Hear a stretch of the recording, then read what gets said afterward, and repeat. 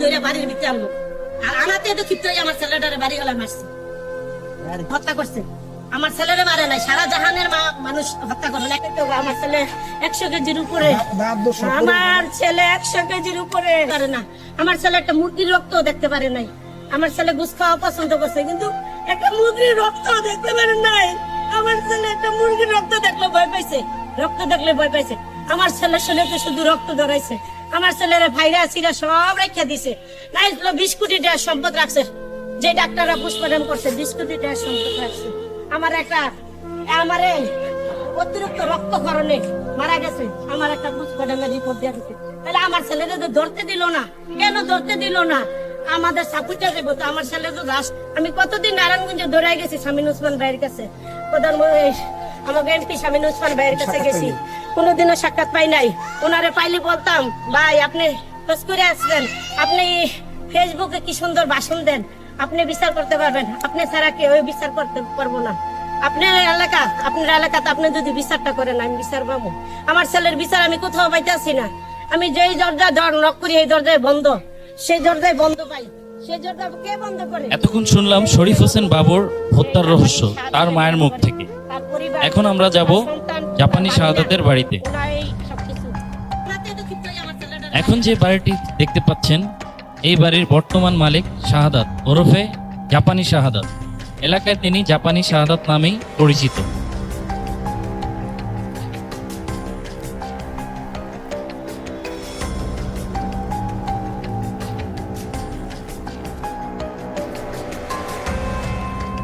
এই সেই ঘাতক বাড়ি। এই বাড়ির পেছনেই শরীফ হোসেন বাবুর ক্ষতবিক্ষত লাশ পড়েছিল।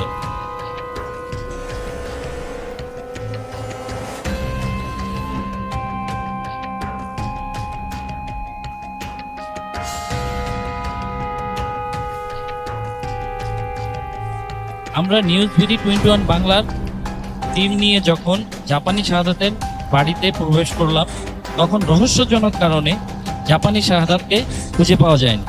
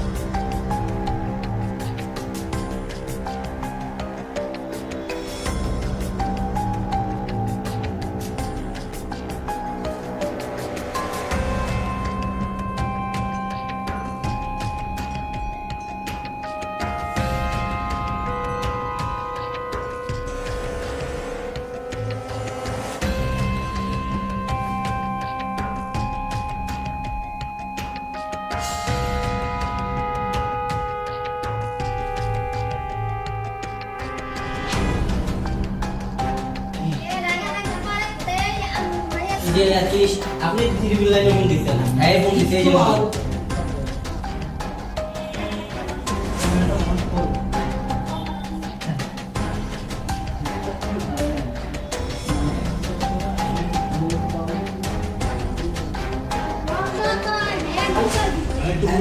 আপনার কলের কারণে কিন্তু ওসনা মারা, পুলিশ আসার কারণে কিন্তু ওসনা মারা গেছে। এখনো কিন্তু আপনার করে আমরা কোনো কিছু বলি নাই, এমন কিন্তু কোনো কিছু বলি নাই। না না না, এই যে আপনারা শুধু আপনারা যদি এটার সাথে জড়িত থাকতেন, কথা বুঝেন, আপনারা এতদিন থাকতেন না এই জায়গাটা, কিন্তু আমরাও বুঝি। যদি মনে সন্দেহ থাকতো আপনার মেয়েও কিন্তু এতদিন থাকতো না। যদি মনের ভিতরে কোনো দুঃখ দিবে থাকতে, আমরা আমরা কিছু বলি না, এগুলো কিছু বলছি। আমার কথা শেষ করতে না, আপনাদের এই পর্যন্ত আমরা কিছু বলছি, তুই কিন্তু বলি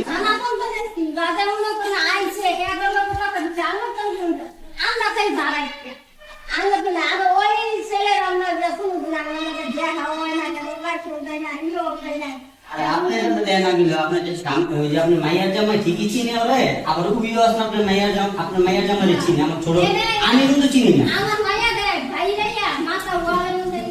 বলছে যে তোমার হাজবেন্ড যখন কিছুদিন পর পর এমন তোমার সাথে যারা চলাফেরা করে ওনারা অনেকবার করছে, বিচার করছে। বিচার করার পরে ওনার কাছে গেছি, তো ওই দিন আমাদের এলাকায় এই নির্বাচনের প্রচারণা চলতেছে, তো যার কাছে গেছি ওই কাকাই ছিল না। কাকাই আমার আপনার গেটের থেকে আমার বাসা, আমার রুমটা অনেক, বাড়িটা তো লম্বা না, বাড়িটা রয়েছে 2টা সিঁড়ি। একটা সিঁড়ি হয়েছে আমার রুমের একটু সামনে, আরেকটা সিঁড়ি হয়েছে গেটের সামনে। কারণ আমি একদম লাস্টের কিনারে থাকি, আমি একদম লাস্ট কর্নারে থাকি, আর আমি ছিলাম রুমের ভিতরে, আমি বলতে পারি না। পুলিশ এসে আপনাদের কোনো জিজ্ঞাসাবাদ করেছিল? হ্যাঁ, ওই দিন ওই তারপরের দিন রাত্রে মনে হয় এই আমাদের পুলিশ আইসা নিয়ে জিজ্ঞাসা করে আমাদের নিচে, আমার হাজবেন্ডের নিচে জিজ্ঞেস করছে। তারপর আমার সামনের রুমে যে ছিল ওনাদের নিচে দোকানদার ছিল, দোকানদার নিয়ে আমাদের সাথে কথা বলছে। তারপরে আবার পিবিএ এসে আমাদের সাথে কথা কইছে কয়দিন, আমার হাজবেন্ডের সাথেও কথা বলছে, আমার হাজবেন্ডের ডাকায়।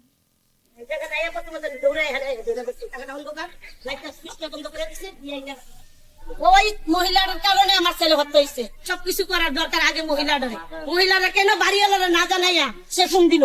বাড়িওয়ালারা জানাইলে তো আজকে আমার ছেলের মৃত্যুবরণ হইতো না। সে বাড়িওয়ালারা না জানাইয়া হ্যাঁ ফোন দিছে 399, কারণ এখান থেকে না ফতুল্লা থানা আসতে যাইতে 60 টাকার ভাড়া, আসতে যাইতে 60 টাকার ভাড়া। আর এই 60 টাকার ভাড়া সে ঘরে পয়সা ফোন দিছে টিভিতে দেখা। ওনারা ওই মহিলা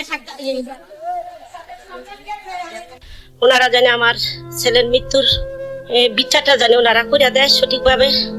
আমি সবার দ্বারে দ্বারে দৌড়াইতেছি, আমি কতখানি দৌড়াইতেছি, কোথাও আমি যাই বিচার পাই না। আর পুলিশ প্রশাসনের কাছে আমার দ্বিতীয় আকর্ষণ, পুলিশ প্রশাসনের কাছে, এমপি মন্ত্রীর কাছে, মামান্য শেখ হাসিনার কাছে, প্রধানমন্ত্রীর কাছে, রাষ্ট্রপতির কাছে, আমি সবার কাছে আবেদন করি, গ্রামবাসীর কাছে, এলাকাবাসীর কাছে, পুলিশ প্রশাসন সবাইরই আমি অনুরোধ করে কই যে আমার ছেলের বিচারটা জানি এরা সুষ্ঠুভাবে করে। আমার ছেলের জাতীয়ভাবে যেভাবে ক্ষত বিক্ষত করছে, আমার ছেলের মৃত্যুর বিচার আমি পাই নাই। আমার ছেলের যা করছে বলার মতো না। এই দেখেন আমার ছেলের প্যান্ট, এই আমার ছেলের প্যান্ট, আমার ছেলের জামা কাপড়, এই আমার স্মৃতি নিয়ে আমি বুকে আগলে আছি। আমার আর কোনো ভাষা নাই বলার। আমি এক মুহূর্তের জন্য ঘুমাইতে পারি না, যে একটু ঘুমাই আমার মনে হয় যে আমার ছেলে বড় হাঁটতেছে, আমার এখানে চোখে বাজে, আমি ঘুমাইতে চোখ মেলা দেখি কি না আমার ছেলে তো মৃত্যু হয়ে গেছে, আমার ছেলে তো নাই। আমার ছেলেরে কিভাবে মারলো, এত শত্রু কে হইলো, এতক্ষণের ভিতরে 10-15-20 মিনিটের ভিতরে আমার ছেলেরে মেয়েরা ফালাই দিল। কে ফালাই গেল, কে করলো? জাপানি ছাড়া কেউ করে নাই। ওর বাড়িতে পুলিশের সাথে ঢুকছে, পুলিশের সাথে পুলিশ বাড়ি যায়, আমার ছেলে আর বাড়িও নাই। আমার ছেলের মৃতদেহ এর বাড়ির পশ্চিম পাশে দেয়া আমরা পাই। ওনারা আমার মামলাটা তদন্ত করবো পুলিশ প্রশাসনের কাছে।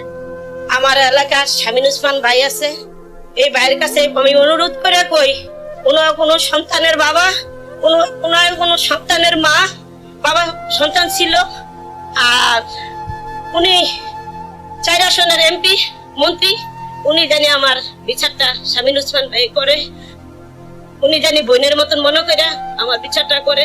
আমি একটা বাংলাদেশের নাগরিক হিসাবে আমার বিচারটা জানি আমি পাই। আমার সন্তান এবার ভোট দিত, আমার সন্তান ভোটটা দিতে পারলো না, এবার ভোটার হয়েছিল। এই জায়গায় নির্বাচন হয়েছে, এই নির্বাচনের 14 দিন আগে ডিসেম্বরের 10 তারিখ আমার ছেলের মেরা লাইছে। এদের বাড়িতে 399 ফোন দিছিল, আমার ছেলে গেছে পুলিশের সাথে, সিসি ক্যামেরার ফুটেজ আছে।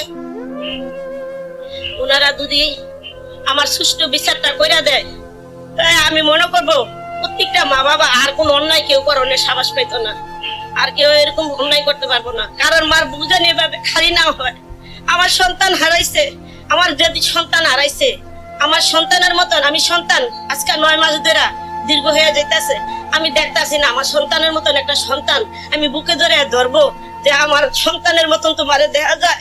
আমি আমার সন্তান এমন সন্তান, রাজপুত্রের মতন একটা সন্তান আমার বুকে চলে গেছে, আমি কিভাবে সহ্য করে মা হয়ে থাকতেছি? এক আল্লাহ রাসূল ছাড়া কেউ জানে না। যদি আল্লাহকে কেউ বিশ্বাস করে, যদি আল্লাহ রাসূলকে কেউ বিশ্বাস করে, তাহলে ওনারা আমার সুষ্ঠু বিচারটা করে দিব, যে ওনারাও জানে ওনাদের দরজার মৃত্যু আসবে, মৃত্যুর ঘন্টা বাজবে, ওনাদের দরজা মালিকের মত আসবে, ওনাদেরকে একদিন মৃত্যু হতে হইব। কিন্তু ওনারা যদি সত্যটারে মিথ্যা বানাইয়া তুইলা আমার মামলাটা না, আমার যদি বিচার না পাওয়াইয়া দেয়, তাহলে ওনারা, আমি আখেরাতে ওনাদেরকে আমি দায়ী করব যে ওনারা, আমি দুনিয়াতে কত দরজায় দরজায় ঘুরছি, আমি বিচার পেলাম না। আমার বিচারটা জানি প্রধানমন্ত্রীও দেখে দেখে আমার বিচারটা জানি করে।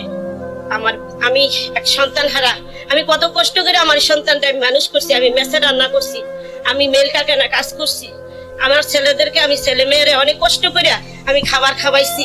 আমার ছেলেদের মাথায় একটা বোঝা দেই নাই, কষ্টের বোঝা দেই নাই, কোনোদিন কষ্ট করতে দেই নাই। আমি কষ্ট করছি, কিন্তু আমার সন্তানের মাথার মধ্যে বোঝা দেই নাই।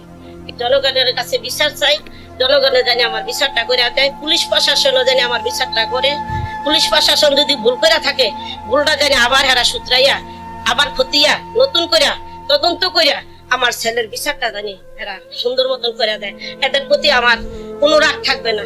আর নাই তো আমার অনেক রাগ থাকবে। কেন এরা আমার দরজা দরজা আমি করতেছি, ঘুরতেছি। আমি কত টাকা দিছি, 9 মাস পর্যন্ত আমি গাড়ি বেড়ে কত টাকা দিছি আমি বলতে পারতাম না। আমি প্রতিদিন আমি পিবিআই দৌড়াইছি, প্রতিদিন পিবিআই দৌড়াইছি। ওনারা বলছে যে বাড়িতে চুপ করে বসে থাকেন, আমরা আসামি ধরবো। কিভাবে ধরবো? ওনারা বলে ওইখানে থাইকা যে চেক করে দেখতে পারে যে আমরা এখান থেকে ওইখানের খবর লইতে পারতাছি। কিভাবে দেখে? ওনারা কি এখানে সিসি ক্যামেরা ভিতরে ঝিয়ে গেছে যে ওনারা ওইখান থেকে দেখতেছে? ওনারা আমার একটা আসামি ধরে নিছে, ওনারা আমার বাসের আগা দেখাইছে, যে বাসের আগাটা দিয়ে রিমান্ড দিছে। তা আমি কি করে বুঝবো ওনারা আমার বিচার করতেছে? আমি বুঝতে পারতাছি না ওনারা যে মনে হয় আমার বিচার করবে। তারপরে ওনার কাছে আমি দৃষ্টি আকর্ষণ করছি, ওনারা জানি আমার ছেলের বিচারটা ওনারা করে। ওনারা তো সন্তান আছে, ওনারাও তো একটা সন্তানের বাবা মনে হয়। ওনারা কোনো সন্তানের মার সন্তান, কোনো বাবার সন্তান, ওনারা যদি সুষ্ঠুভাবে আমার বিচারটা করে, তাহলে আমি বিচার পাবো জনগণের কাছে। আমি রাষ্ট্রের কাছে বিচার চাই। আমি বাংলাদেশের নাগরিক হিসাবে আমি বিচারটা চাই। আমি যদি বাংলাদেশের নাগরিক হইয়া না থাকি, আমার সন্তানটা বাংলাদেশের নাগরিক হইয়া গেছিল, স্মার্ট কার্ড বাড়িয়ে গেছিল, কার্ডটা কি দেখাবো? আমার ছেলের স্মার্ট কার্ড হয়েছিল, আমার ছেলে এবার ভোট দিত। 22 বছর বয়স আমার ছেলেটার নির্মম ভাবে হত্যা করছে। আমার ছেলেটা কোনো দল করতো না, কিছু করতো না। কোনো অন্যায় করলো তাকাই থাকতো, অন্যায় না করলো আমার ছেলেটা তাকাই থাকতো। শুধু তার টাকা নিতেই তার মৃত্যুটা কাল হইয়া দাঁড়াইছে। ওর টাকাই থাকাটাই মৃত্যুটাই কাল হইয়া দাঁড়াইছে। কারণ ওনার মনে হয় জিজ্ঞেস করছে জাপানি আমার ছেলের কোনো অপরাধ ছিল না। আপনার এলাকাবাসীর কাছে সবার কাছে তদন্ত করে দেখেন, আমার ছেলেটা যদি কোনো অন্যায় থাকে, কারোর থেকে কোনোদিন বিচার করে আনছি বা ওনার কেউ বিচার করছে, কেউ বিচার দিছে, তাহলে আমি আর আমার সন্তানের বিচার চাই না, আমি বিচার চাবো না কোনোদিন। আমার সন্তান কি অপরাধ করলো? শাহাদাতে এত বড় একটা মানুষ খুন করে লাইলো। আমি কিন্তু মানুষের বিচার চাই না, একটা পশুর বিচার চাই। যে মানুষ খুন করতে পারে সে পশুর জন্য খারাপ। তাহলে আমরা এই মানুষের বিচার চাই না, শুধু পশুর বিচারটা চাই। আর এই পশুর পক্ষে যে যাইবে, তারাও একটা পশুর পক্ষে হইয়া গেল, তারাও পশুর পাশাপাশি হয়ে গেছে। কিন্তু আখেরাতে কিন্তু তাদেরকেও পশুর মতন এটা আনবো আমার আল্লাহ পাক রাসূল। আমি একটা মা হইয়া বইলা গেলাম, মা আল্লাহর পরে একটা রব। আমি একটা মা হইয়া বইলা গেলাম, আমার বিচারটা জানি সুন্দরভাবে সুষ্ঠুভাবে আমি আমার কইরা দেয়। এলাকাবাসীরাও, পুলিশ প্রশাসনরাও আবার দৃষ্টি আকর্ষণ করছি সবার কাছে, প্রধানমন্ত্রীর কাছে, শেখ হাসিনার কাছে। উনি শাহাদাত, উনার বউ নার্গিস, শাহাদাত, মনির, এরপরে তাফসির, ওরাই এলো খুনি, ওরা এলো মেন। এরা ওদের বাড়িতেই ঢুকছে। ওরা আমার ছেলেরে, ওরা কোনো পদক্ষেপ নেয় না। যেখানে যাই তারা কি দিয়া টাকা, কি দিয়া মুখ বন্ধ করে বলতে পারতাম না। আমরা যদি যাই 2 টাকা দেয়, মনে হয় 5 টাকা দিয়া দেয়। হয়তো এরকম হইতে পারে, আমার ধারণা।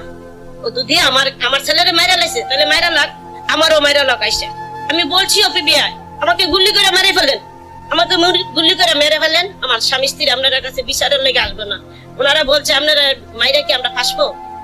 ফাঁসানোর তো আমরা বিচারের লেগে আসবো না। ওনারা আমার বিচারটা তদন্ত, আমার বাড়ির পাশাপাশি আমার এক ডিআইজি ভাই, আমার বাড়ির পাশাপাশি, উনি পতুলা থানা থেকে ট্রান্সফার করাইছিল পিবিআই আমার মামলাটা দেখতেছে না। আমার ভাই পাশাপাশি ভাই, কিন্তু আমার আত্মীয় না, কিছু না, আমার বাড়ির পাশাপাশি। উনি আমারে ওইটুক হেল্পের কারণে আমি ওই জায়গায় যাইতে পারছি। ওনারা এখন মানুষেরা, লোক সমাজের মানুষেরা বলে এই নারায়ণগঞ্জ আমি কোথাও বিচার পাইতেছি না, কোনো জায়গায় আমার জন্য বিচার নাই, আমার বিচার বন্ধ। আমি ঢাকা আসছি, ঢাকা এসা আমি বিচারটা কেন পাই না, কি লেগে পাই না? আমার টাকা নাই বিচার, আমার টাকা নাই বিদায়কে আমি বিচার পাবো না। তো ওনার শাহাদাতে টাকা আছে, এই জন্য শাহাদাতে পার পেয়ে যেতেছে। কিন্তু শাহাদাতে যদি খুনে থাকে, শাহাদাতে অ্যারেস্ট করো। আমি শাহাদাতের পুরা ফ্যামিলি এটার সাথে জড়িত, 100% শিওর। আমি 100% শিওর। আমি আমরা শিওর হইলাম। আমার ছেলের পুলিশে ফোন দিছে, আমার ছেলের ধরছে, তখন পুলিশে আমার ছেলে বলছে আমার আব্বুরে ফোন দাও, আমার আব্বুরে একটু খবর দাও। আমার ছেলেরে ধরলো, আমার ছেলের একটা দোকানের পাশে পাইছি, তো দোকানের পাশে পাওয়াতে আমার ছেলেরে নিয়ে গেছে। আমার ছেলেরে তখন এটা হাতাইছে, হাতাই উতাইয়া দেখছে কিছু পায় নাই। আমার ছেলের সাথে আরো 2-3টা ছেলে ছিল, ওই 2-3টা ছেলে দৌড়ে পলাই গেছে। আমার ছেলে তো ততটা না, আমার ছেলে দাঁড়ায় রয়েছে যে আমি তো কোনো মাকলারি না, কিছু না, তাই আমি পালামো কেন? আমার ছেলে দাঁড়ায় রয়েছে। তখন বলছে তুই শাহাদাতের বাড়ি চিনস? জাপানির বাড়ি চিনস? তা আমার ছেলে বলছে হ আমি চিনি। চল তোর তো বিশ্বাস, তোর তো বিশ্বাস। এই কথা কইয়া মাজার মধ্যে ধরা বইছে, মাজার মধ্যে ধরা বইছে মতো না। আমার ছেলে ভয়েতে তো তার বাবার অন্য পাশের লোকের বলছে আমার আব্বুর একটু খবর দেয়। তো উনি যাইয়া বলছে কাকা কাকা আপনার ছেলেরে পুলিশে ধরছে, জাপানির বাড়ির দিকে নিয়ে যাইতেছে। কিন্তু অনেক মানুষে দেখছে, কারণ ওই রুটটার ভিতরে সব বিদেশি ভাড়াটিয়া, ওই রুটটার মধ্যে বিদেশি ভাড়াটিয়া, বিদেশি বাড়িওয়ালা, স্থানীয় কোনো বাড়িওয়ালা না ওই রুটের ভিতরে। কারা ভয়ে কারোর কথা কিছু কেউ বলেন, আপনি চোখে দেখছে তাও বলবো না, বলতো। কারণ কিছু কিছু মানুষে বলে, যদি ক্যামেরার সামনে বলতে কই হয়তো এরা বলবে না। কারণ একটা লোকের মধ্যে আমি শুনতে পাই ওনার বাড়ির এক ভাড়াটিয়ে মলা ফেলাইতে গেছে। উনি আমার ছেলের যে দোকান, আমার ছেলের যে ওইখানটা ধরে লিয়ে গেছে। তারপরে পুলিশ ওনায় আবার একটা লোক পাঠাইলো যে ভাই দেখেন তো যে আমার ছেলের নাকি পুলিশে ধরে নিচ্ছে। তো উনি গেছে মতনে জাপানি গেট তালা দিয়ে রাখছে, পুলিশ ভিতরে জাপানি গেট তালা দিয়ে রাখছে। গেট তালা দিয়ে রাখার পরে ওই লোকটা ড্রপ করে খুলে দিছে, প্রশাসনের মতন দেখতে দেখা যায়। ওনারে খুলে দিছে মতন উনি ভিতরে গেছে। ওনার পরে ওনার 10-5 মিনিটের মধ্যে মনে হয় একটু যাওয়ার পরে 5 মিনিটের ভিতরে পুলিশও বাড়ি আইছে, ওনারাও বাড়ি আইছে। বাড়ি আসার পরে উনি আবার আসার টাইমে জিজ্ঞাসা বাবু আসছিল, বাবু কই? জাপানি বলছে বাবু গেছে গা, জাপানি বলছে বাবু গেছে গা। তো উনি আবার আমারে ফোন দিয়া বলতেছে ভাবি বাবু কিন্তু গেছে গা, আপনি টেনশন করেন না, বাবু আয় পড়ো। আমার মনে মানতেছে না, আমি দৌড়াইয়া আবার নিচে নামছি। দৌড়াই নিচে নামা আমি দৌড়াইয়া এই রাস্তাঘাটে খুঁজতাছি। এবারে খুঁজে আবার আসার টাইমে যে ওইটা মহিলা দাঁড়িয়ে রয়েছে। ওই মহিলারা 399 ফোন দিছে, কিন্তু আমি জানতাম না ওই মহিলারা 399 ফোন দিছে, বুঝছেন? ওই মহিলারা 399 ফোন দিছে, কিন্তু আমি জানতাম না। তো আমি আসার টাইমে জিজ্ঞাসা করতেছি গেটটা খোলা দেখে যে আমার বাবু তো এই বাড়িতে আসছিল, বাবু কই? ওই মহিলারা বলতেছে যে আপনার বাবু গেছে। এই কথা বলাতে আমি আবার আইসা পড়ছি। আইসা আমার দোকান আছে, দোকানে আইসা আমি আবার ওনারে জিজ্ঞাসা করলাম যে দেখো বাবু বাসায় গেছে কিনা। তো ওনার আবার ফোন দিছে আমার বাসায়, কয় না আসে। তো এর মধ্যেই আবার একটা আমার তৃতীয় ব্যক্তির থেকে আমরা একটা ফোন পাই। ওনারা আর কি ওই লোকটাও চিনতে পারে নাই প্রথম। আমার ছেলের মাথা তো নিচের পাইলে হয়েছে আর কাটতে শোয়ানো, যে জায়গায় মারছে ওই জায়গায়, কিন্তু ছাদেরতে পড়ে না। আমার ছেলে 100 কেজির উপরে, কিন্তু আমার ছেলে ছাদেরতে বলে ফাইটা যাইব, তো আমার ছাদের পরে না, কাঠ ফাইটা যাইত। আবার এদের মধ্যে তার কাটা আসছিল, তার কাটা বসে যাইতো, কিন্তু আমার ছেলে ছিল তার কাটা বসে নাই। বিভিন্ন জায়গার মধ্যে আঘাত, কিছু 1.5 ইঞ্চি পরিমাণ গর্ত আছে, শ্রোতাল রিপোর্টও আছে। মাথার কিনা এদিকটা গাই দিয়া এদিকটা আনছে, এই পাশে একটা গর্ত হইছে। এরপরে হাতটা একটা হাত মুসুর দিয়ে ধরে এখানে ভাঙ্গিয়া ফেলাইছে, আর আরেকটা হাত এই বাইরে হাড্ডি বাড়িয়ে গেছে, একটা হাড্ডি বাড়িয়ে গেছে। হাতটা ধোয়াইছে যারা যে ধোয়াইছে, আমি তার থেকে উপরে তথ্যটা দিতেছি। তারপরে এই দিক দিয়ে পুষ্টার নিচে দিয়ে একটা পার দিছে, নিচে একটা পার দিছে। তারপরে আমার ছেলের এরপরও দম যায় নাই। আমার ছেলের ছবি আছে, আমি দেখাইতেছি। জিপার ভিতরে কামড় দেওয়া রয়েছে, চোখ চোখে চোখ দুটা বাড়িয়ে রয়েছে, তাহলে আমার ছেলেরা রাষ্ট্রের শ্বাসরোধ করে হয় মারা গেছে, রাষ্ট্রের শ্বাসরোধ করে মারছে। যদি এত দুর্ঘটনাটি করছে যে আমার ছেলের মৃত্যু হইতো না, কিন্তু আমার ছেলের নাম সবকিছু বইলা যেতে পারত, কিন্তু এই যে জিব্বা বাড়িয়ে রয়েছে, চোখ বাড়িয়ে রয়েছে, এই যে দেখেন এই যে চোখ বাড়িয়েছে, কিন্তু সবকিছু বইলা যেতে পারতো। কিন্তু আমার ছেলে যদি মৃত্যুটা নিশ্চিত না করতো, এরা একের নিশ্চিত কইরা সিগারেটের চাকাও দিতে, পিছন দিয়ে সিগারেটের চাকা দিয়ে দেখছে। এরপরে এই যে হাতের ভিতরে দাঁড়াও, এই যে হাতের ভিতরে দেখেন, এই যে হাতটা, এই হাতের ভিতরে এই যে রড, এই যে তার কাটা ঢুকাইছে, তার কাটা ঢুকছে, আর এই যে এই যে হাতের আঙ্গুল কাইটা নিয়ে ওই যে রডের সাথে বেঁকা করে রয়েছে, রডের সাথে নিয়ে লাগাইছে হাতে কাইটা মৃত্যুর পরে। কিন্তু মৃত্যুর আগে যদি কাটতো তাহলে হাতের মধ্যে রক্ত ভরে যেত, কিন্তু এটা মৃত্যুর পরে কাইটা নিয়ে এরা সিস্টেম করছে। আর সাতটা সাজাইছে, একটা করে এইটা ফালাই দিয়ে, একটা করে এইটা ফালাই দিলে কি মানুষ পড়ে যায়? আর আমার ছেলে গেছে নিচতলায়, আমার ছেলে গেছে নিচতলা, 4 তলা যাইবো কি কারণে? আমার ছেলে তো কারোর বাড়িতে যায় না, কারোর বাড়িতে যায় না। তাহলে আমার ছেলে ওই বাড়িতে পুলিশের সাথে গেল, পুলিশ বাইরেলো, আমার ছেলে কেন বাইরেলো না? আর পুলিশ আমার এই পর্যন্ত সান্ত্বনা দেয় নাই যে কোন সুস্থ আসলো, কার মার সন্তানটা গেল, ওই মাটা একটু দেখি, মাটার একটু সান্ত্বনা দে। তেও তো কোনো সন্তানের মা সন্তান ছিল, কোন সন্তানের মা সন্তান ছিল, বা সেও কোনো সন্তানের বাবা, সে কেন আমার এই পর্যন্ত ওনারা আমার আর হুমকি দেয়? অপমৃত্যু হয়েছে, আমি মামলা করতে যাই যে ওনার নাম যে কি না সরকার ওসি পাও নাড়ায়, মাথা নাড়ায়, শরীর নাড়ায়, পাও নাড়ায়, নাড়াইতে বলে যে আমি আমার ছেলে দুদিন করতে পড়ে যাইতো, তো আমার ছেলের পায়ের মধ্যে তো স্যান্ডেল আছে, তো আরেকটা স্যান্ডেল কুত্তা কামড় দিয়ে নিয়েছে, তাহলে আমার ছেলে যদি ছাদাতে পারে তো স্যান্ডেলটা তো মনে করেন কত দূরে চলে যাবে, কোথায় যাবে তা ঠিক নেই, স্যান্ডেল তো একটা পাও রয়ে গেল, আরেকটা কুত্তা কামড় দিয়ে নিয়ে গেল। তো উনি এই কথাগুলি আমার বলছে। আর আমার মামলাটা আমি যেভাবে লিখতে গেছি সেভাবে ওনারা লেখে নাই, এটা একটা ছিড়া, এরপর আমার একটা অজ্ঞাত মামলা দিয়ে দিছে, ওনারা অজ্ঞাত মামলা দিয়ে দিছে। এই আমার পোস্টম্যাডামের রিপোর্টটা আমার দ্বিতীয় পোস্টম্যাডাম, আমরা পোস্টম্যাডাম করবো কি মামলা করবো তার কোনো এটা কেউ জিজ্ঞেস করে নাই। লাশটা কে দিল আমি তাও জানি না, আমার লাশটা কে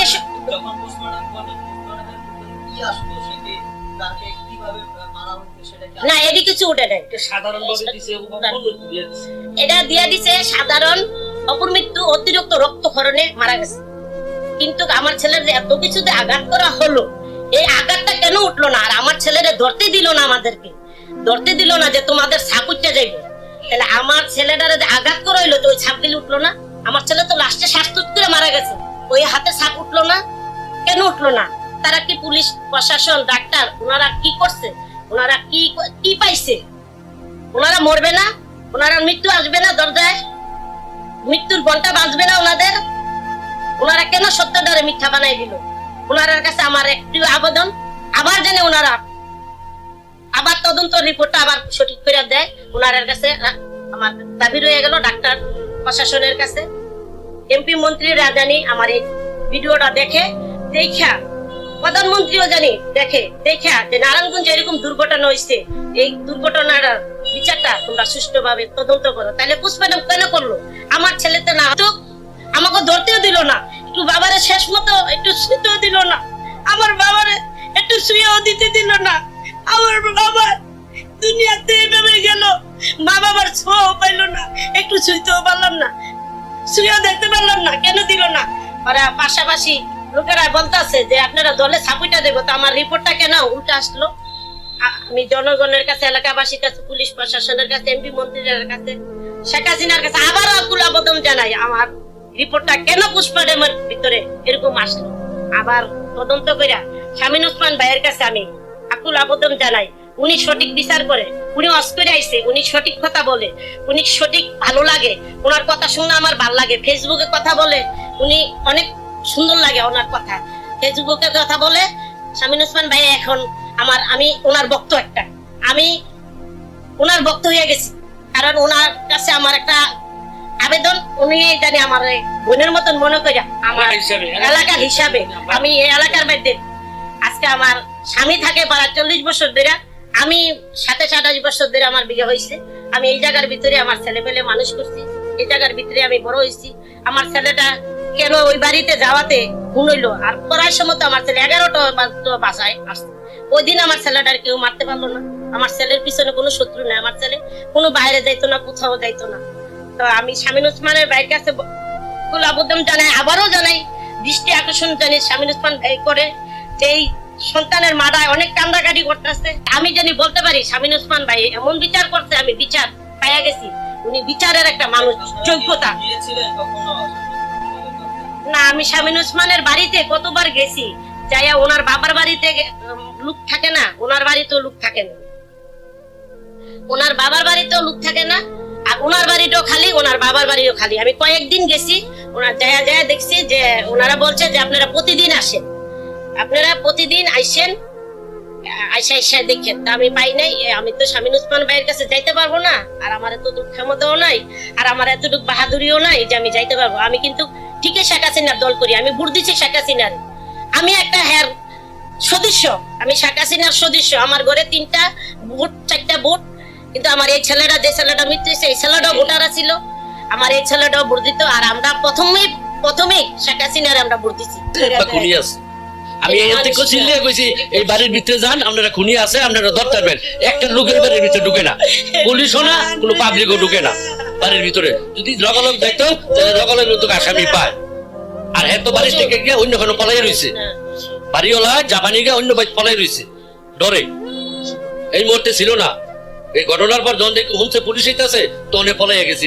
অন্য ভাই পলাই গেছে, জাকির বিয়ার ভাই পলাই ছিল, বাড়ির পাশে 5তলা বাড়ি, 8তলা বাড়ি। তারপরে মামলা করলাম। আমি যেইভাবে কই সেইভাবে লেখে আনি, ওসি সাহেব আমার সেইভাবে আর লেখেন। তখন আমি বললাম কিটা, আমি যেইভাবে কই সেইভাবে লেখে না। তখন আমি 10-12 দিন ঘুরলাম এখানে, ঘুরেছে না। সে আমার কাছে কোনো পুলিশ আসে না, পুলিশ যায় আসামির বাড়িতে, আসামি কি কইয়া দেয় আর আমার দ্বারা কই দেখতে আসে। তখন আমি ঢাকা একজনের কাছে ফোন দিলাম, ফোন তখন আমার সে বললো কিটা তো এরকম করে তো মামলাটা পিপিএ দিয়ে দেন। আমি আবার বললাম কি এখান থেকে কইয়া পিপিএ মামলাটা দিয়ে দিলাম। পিপিআর তারা এটা দেখশোনা করবো, তো ভালো কথা দেখশোনা করবো। পিপিআর তো লুক আইলো, আইয়া দেখশোনা করতে আছে। পয়লা একজন লোক দিল, দইরা শাইন নামে একটা লোক দিল, নিচে পর এর থেকে কোনো তথ্য মত পায় না। আরেকজনের কথা কইছে, এরপরে নিল জাপানিরে দইরা। জাপানি বুড়া মানুষ, বয়স্কর মানুষ। আরে আমি গেলাম, এরপরে এসপি সাহেবের কাছে। এসপি সাহেব কইতেছে কিটা ওখান তো আইন বাড়িছে, কোনো তরসিডিং বেশি চলবো না।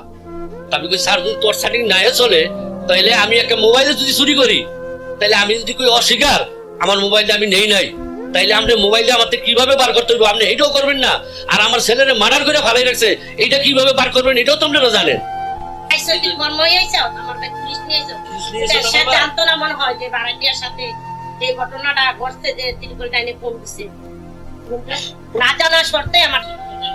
বিসমিল্লাহির রহমানির রহিম।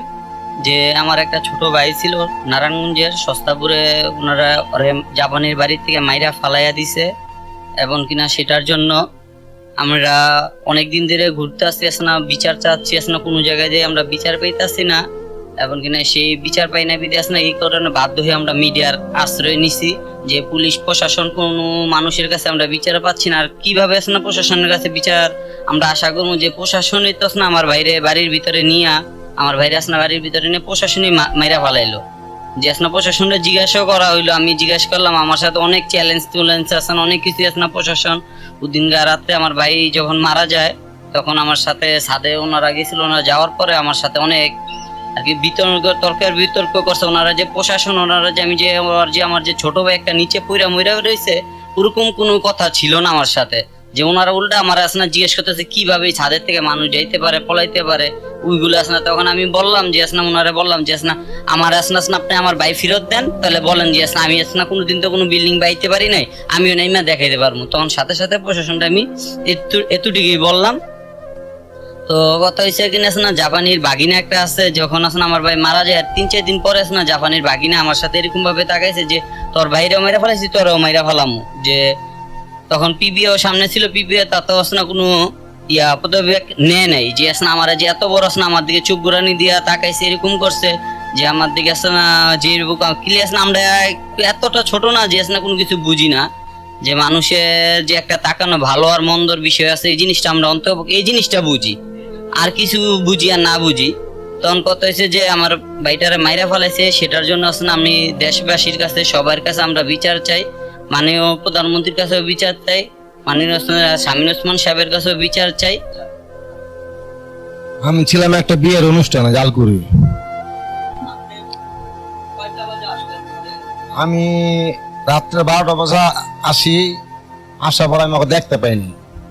ওরা মর্গে নিয়ে গেছে থানায়। তো থানা থেকে যখন মর্গে নেয়, মর্গ থেকে আনার পরে তো এই জিনিসটা আমি ওরা গোসল করাই।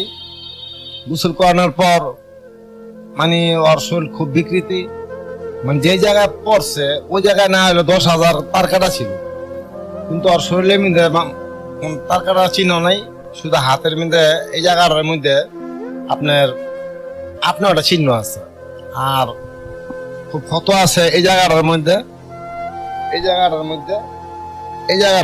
আর এই হাতটা 3টা টুকরো হয়ে গেছে, এই হাড্ডিটা, আর এই হাতটা বাঁকা ছিল।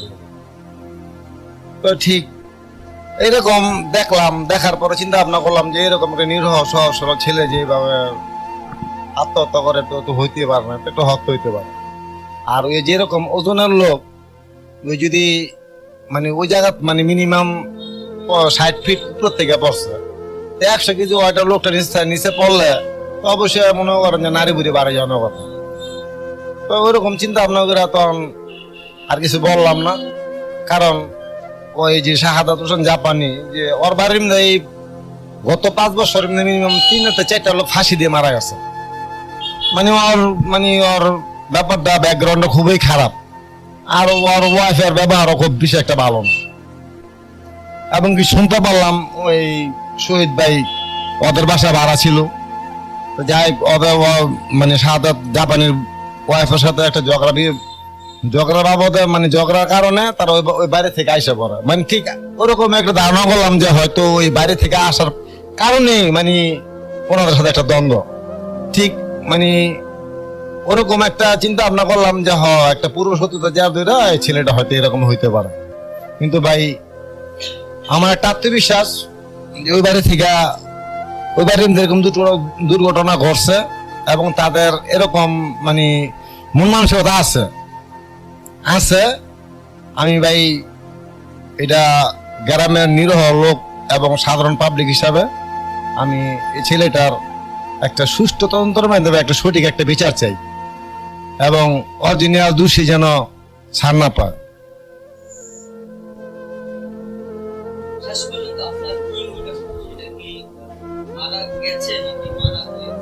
সেটা একটা হত্যা বললেই চলে।